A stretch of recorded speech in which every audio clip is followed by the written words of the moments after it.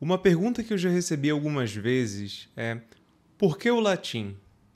Por que não se dedicar por alguns anos às línguas modernas, ao invés de se dedicar à língua latina? Por que não colher as flores do Lácio, para usar uma imagem do nosso grande Olavo Bilac, ao invés de ir à fonte delas? Bom, aqui nessa imagem nós já teríamos alguma resposta. Mas a resposta principal a por que estudar o latim é para conversar com grandes autores, os quais foram responsáveis pela fundação da nossa sociedade, pela formação do nosso modo de enxergar o mundo, de pensar, para utilizar um termo que não é latino, mas alemão, a cosmovisão, Weltanschauung. Até complicado, não? Mas a gente pode falar nos termos latinos, forma mentis. A forma da mente, o modo de pensar. Ou seja, a língua latina não traz consigo somente uma língua. Ela é mais do que isso, mas é, certamente, também uma língua pela qual as pessoas se comunicaram.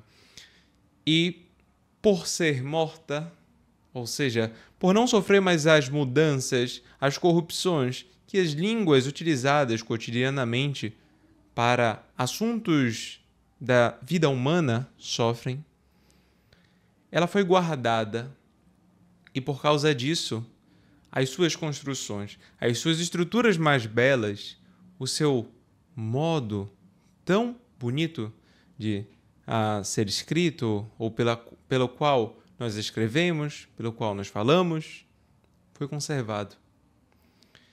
E por causa disso, nós podemos colher um grande benefício, que é não ter incertezas numa correção ou numa imitação de algum grande autor. Nós temos as nossas referências e elas serão sempre as nossas referências para essa língua. Esse é um grande benefício dela não ser mais uma língua que é cotidianamente utilizada e falada e corrompida, portanto. Nem sofre influência de outros idiomas. Sofreu muito do grego, né? Quem estuda a fundo o latim consegue ler um autor como Horácio, verá tanta interferência do grego na utilização das estruturas e das declinações, ou seja, do modo de utilizar a língua que foge um pouco da regra latina e é tomada pelo grego. Porque, como ele mesmo disse, a Grecia capta ferum victorem cepit, et artes intulit agresti Latio. A Grécia capturada capturou o feroz vencedor e introduziu e levou as suas artes ao Lácio agreste, ao Lácio inculto, ao Lácio ainda rude.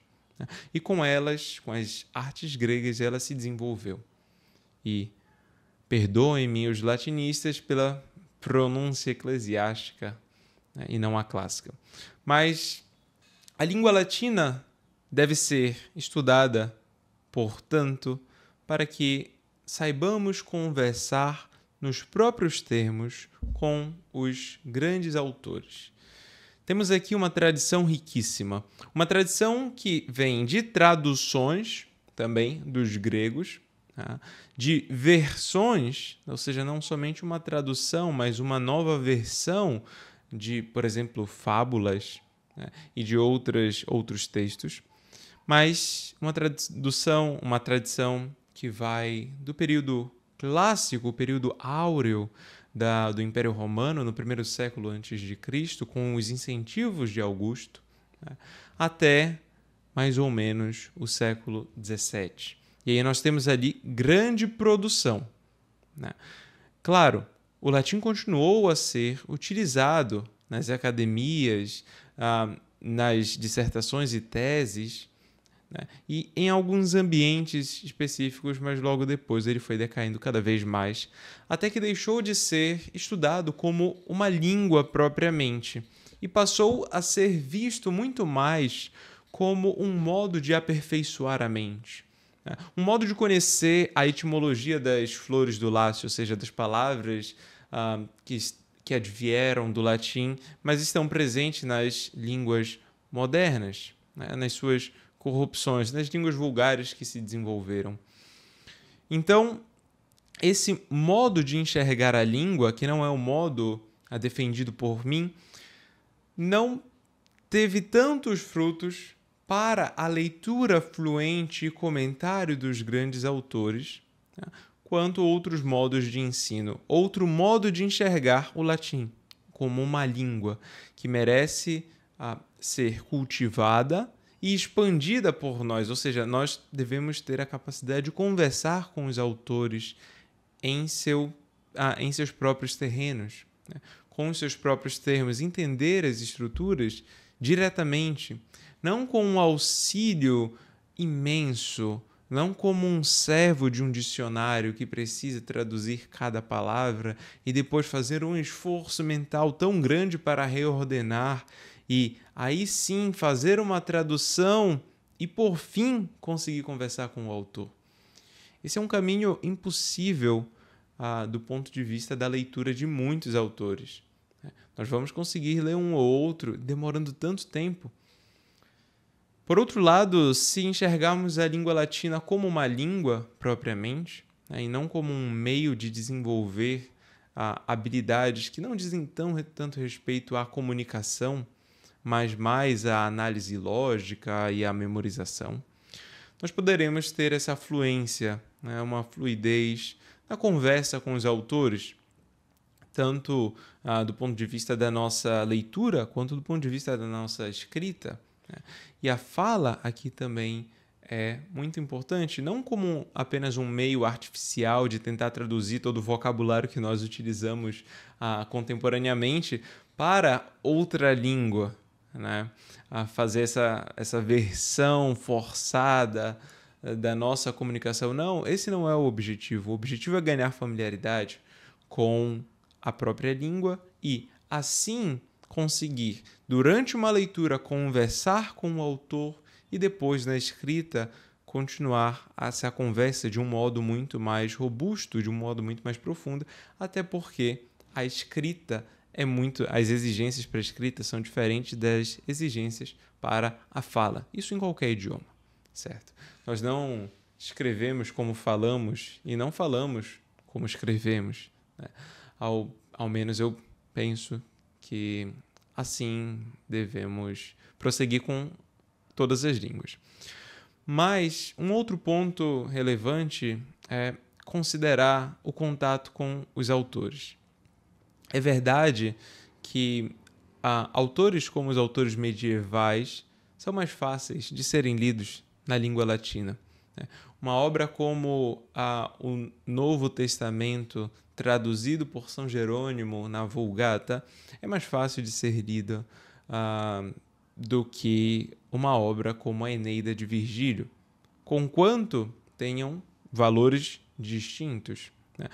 São lidas para fins distintos, muito provavelmente, ou seja, a Vulgata para fins espirituais, autores da teologia sagrada, para entender muito mais a teologia da igreja, ou conhecer a liturgia da igreja, em especial a liturgia tridentina, e do ponto de vista dos autores clássicos, para entender a cultura dos romanos, para entender os valores universais contidos naquelas obras, para entender muito mais da sua formação histórica e coisas nesse sentido.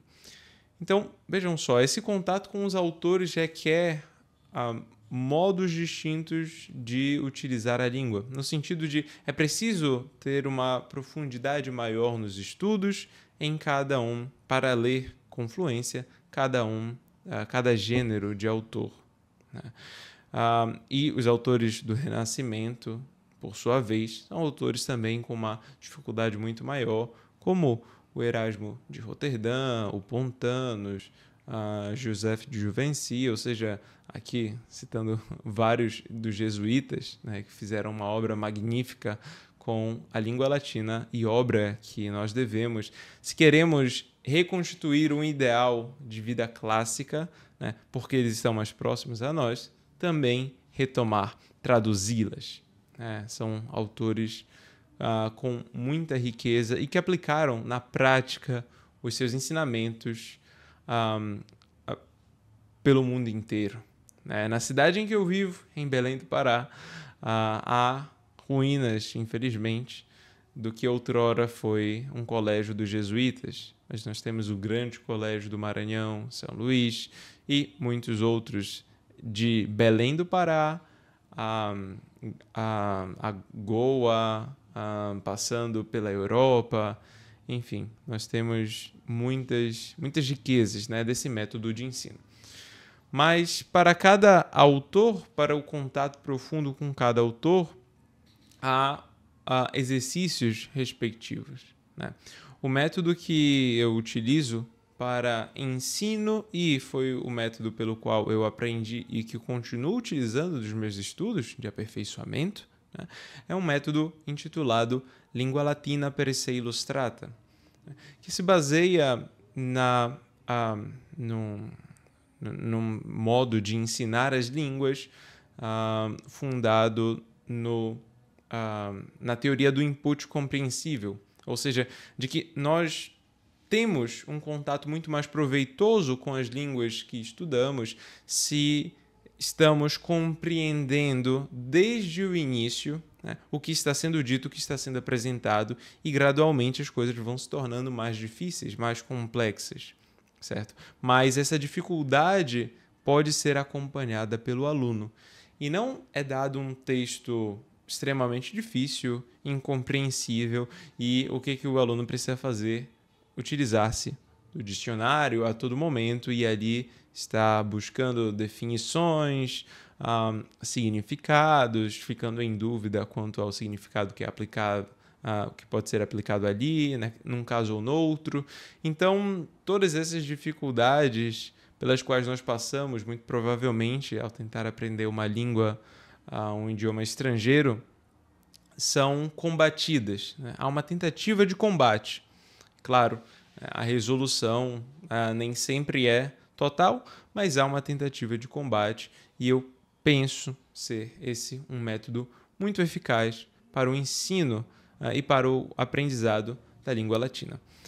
O Língua Latina per se Illustrata, desenvolvido por um dinamarquês no século passado, chamado Hans Urberg, teve a sua continuação em muitos outros livros editados, nomeadamente o Roma Eterna, que já é um compilado muito maior dos autores, autores originais, ou seja, textos originais, melhor dizendo, que tratam sobre a cultura romana, e muitas outras edições de livros originais que ainda estão sendo publicados e estão sendo comentados, desenvolvidos, utilizados em classe. Então, é um movimento muito interessante. E a partir desse aprendizado gradual da língua, nós não precisamos nos preocupar com uma memorização a priori de regras gramaticais, por exemplo, mas nós as entendemos essas regras por meio de um contexto, o qual vai nos levar à conclusão de qual é aquela regra, Ou seja, ao invés de termos uma regra, uma conclusão em primeiro lugar, e a explicação de como chegamos a essa conclusão, sem tantos exemplos, nós vamos seguir o caminho contrário. Tanto é que esse princípio, que é o princípio basilar do método do Urberg, se diz o princípio da indução contextual. Ou seja, a partir de um contexto dado, o texto, em seu desenvolvimento, nós temos exemplos abundantes da aplicação de uma regra gramatical. E ao final dessa leitura, nós podemos concluir a regra que está sendo apresentada. E realmente não somente cabe ao leitor concluir, mas também há uma apresentação ao final de cada capítulo dessa regra gramatical. Aqui é somente um exemplo como funciona o método, há outras nuances. Mas o que se quer evitar por meio dessa indução contextual é o que nós chamamos da hipótese do monitor, desenvolvida por um linguista chamado Stephen Krashen, o qual fala, né, sobre o comprehensible input, o input compreensível, segundo o qual nós devemos evitar o costume de, estando diante de um texto e vendo um exemplo de um assunto gramatical que nós já estudamos, e tendo sido feito esse estudo por meio da memorização de uma tabela, por exemplo, nós fiquemos ali diante daquele texto pensando, tentando relembrar, mas como era mesmo aquela tabela, o que ela me falava naquele ponto específico, e a partir dele eu consigo a resposta. Para evitar esse tipo de visão, ou seja, de uma tabela diante da qual eu preciso buscar ali o fenômeno que se apresenta no texto e assim causar um grande nervosismo, uma grande tensão, que é algo que nos atrapalha muito no aprendizado das línguas estrangeiras, né? Busca-se adotar um caminho distinto, qual seja apresentar as regras em contexto, e a partir desse contexto nós teremos a conclusão, né? Por assim dizer, para comparar realmente com o título desse princípio da indução contextual, que é um modo pelo qual nós podemos conhecer as coisas. Um método indutivo à indução, certo? Então, a partir desse princípio é desenvolvido o livro, e há questões pedagógicas envolvidas que são muito mais profundas do que apenas esse princípio e que estão relacionadas e envolvem um modo pelo qual o professor deve expor e deve questionar sempre os alunos, os incentivando bastante a recriarem frases, né, a falarem de outro modo, e a utilizarem o que estão aprendendo, né, em outros contextos, né, para que tenham uma familiaridade muito grande, não recorrendo a traduções, né, nem quando desconhecem um vocábulo, pois ele é apresentado ou pelo seu antônimo, ou por meio do seu sinônimo, ou por meio de uma definição, ou por meio de uma imagem ainda, né? E a partir de tudo isso, nós conseguimos ganhar aquela fluência a qual mencionei, e por meio da qual nós temos esse contato muito mais frutífero, muito mais prolífico com os autores, com os textos originais, os textos clássicos, né, a partir do qual nós podemos retirar bastante para entender a nós, a nossa realidade, a Deus, ou seja, os assuntos mais elevados da realidade humana. Há muito para colher. E grandes homens, grandes autores dedicaram-se ao estudo da língua latina por muitos anos. Devemos fazê-lo também. Por que não poder ler a Arma vironque cano troiai qui primus sabores e entender, né? Conseguir declamar com Virgílio entendendo, compreendendo a sua riqueza, tá? E a partir disso extrair todo o seu tesouro, que não diz tão somente respeito à língua latina e à cultura romana, mas à vida humana, né? A nossa existência, tornando-nos assim homens, pessoas, seres humanos melhores, né? Que podem melhor servir a Deus, podem melhor ajudar as pessoas que estão ao seu redor por meio desse trabalho intenso intelectual. Então, quando me perguntam sobre o porquê estudar o latim, a resposta é clara. É para ler diretamente, ordenadamente, facilmente, sem erro, esses autores, esses grandes autores. E assim poder conversar com eles, extraindo as lições que nós precisamos ainda hoje, porque somos seres humanos e eles, como os autores clássicos, conseguiram se comunicar eficazmente com todos os seres humanos de todos os tempos, em todos os espaços, digamos assim, né? Eu espero que essa resposta te motive também a tentar adentrar o universo da língua latina, que certamente é muito valioso, né? E no qual já estou há alguns anos me dedicando, e um dos frutos um dos frutos dados por essa dedicação nesse momento são as aulas, né, com latim, mas pretendo continuar estudando por muitos e muitos anos essa grande língua que é um grande tesouro da nossa tradição. Até o próximo vídeo.